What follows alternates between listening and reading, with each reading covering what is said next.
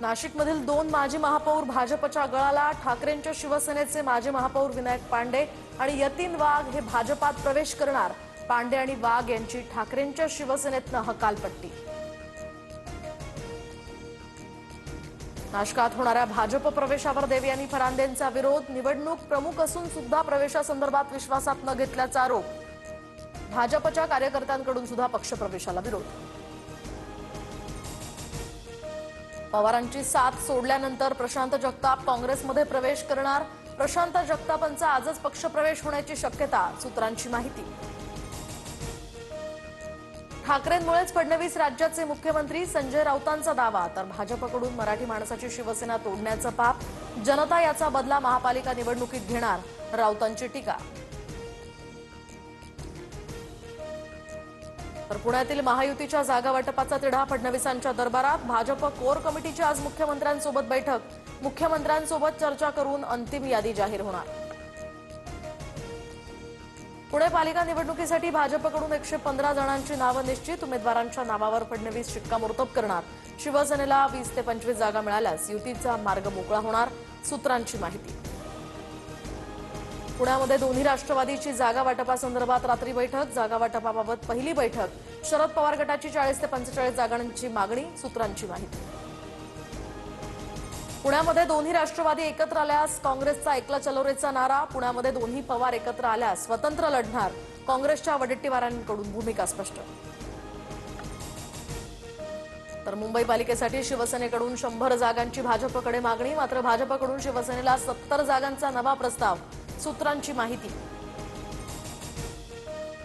बीएमसीमध्ये नातलगांना उमेदवारी मिळवण्यासाठी नेत्यांची लगबग. विनायक राऊत वाकोल्यातून मुलाच्या उमेदवारीसाठी, तर सुनील प्रभू सुद्धा गोरेगावातनं मुलाला उमेदवारी मिळवण्यासाठी इच्छुक, सूत्रांची माहिती.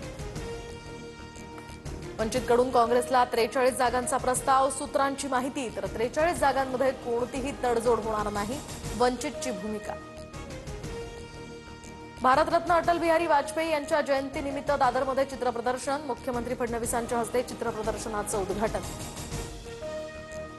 ठाकरे बंधूंची युती जाहीर झाल्यानंतर महाविकास आघाडीची बैठक. जागा वाटपाच्या फॉर्म्युल्यावर शिक्कामोर्तब झाल्याची माहिती. मात्र जागा वाटपाचा फॉर्म्युला अद्याप गुलदस्त्यातच. शरद पवारांच्या पक्षानं मुंबईमध्ये ठाकरेंसोबतची चर्चा थांबवली. ठाकरेंची सेना पवारांच्या पक्षाला 10 पेक्षा जास्त जागा द्यायला तयार नाही. तर पवारांच्या पक्षाची 58 जागांसंदर्भात काँग्रेससोबत बोलणी सुरू, सूत्रांची माहिती.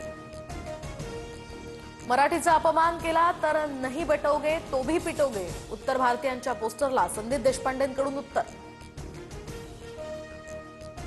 नवी मुंबई आंतरराष्ट्रीय विमानतळ प्रवाशांच्या सेवेत. प्रवासी वाहतुकीसोबतच मालवाहतुकी सुरू.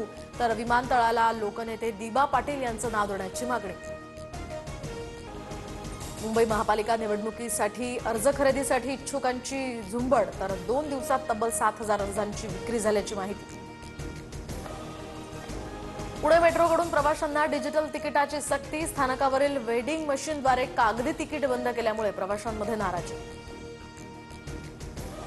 जानेवारीमध्ये देशभरात विविध राज्यांमध्ये 16 दिवस बँका बंद. रविवार, शनिवार आणि विविध सण उत्सवांच्या 10 सुट्ट्यांचा यामध्ये समावेश, रिझर्व्ह बँक ऑफ इंडियाची माहिती.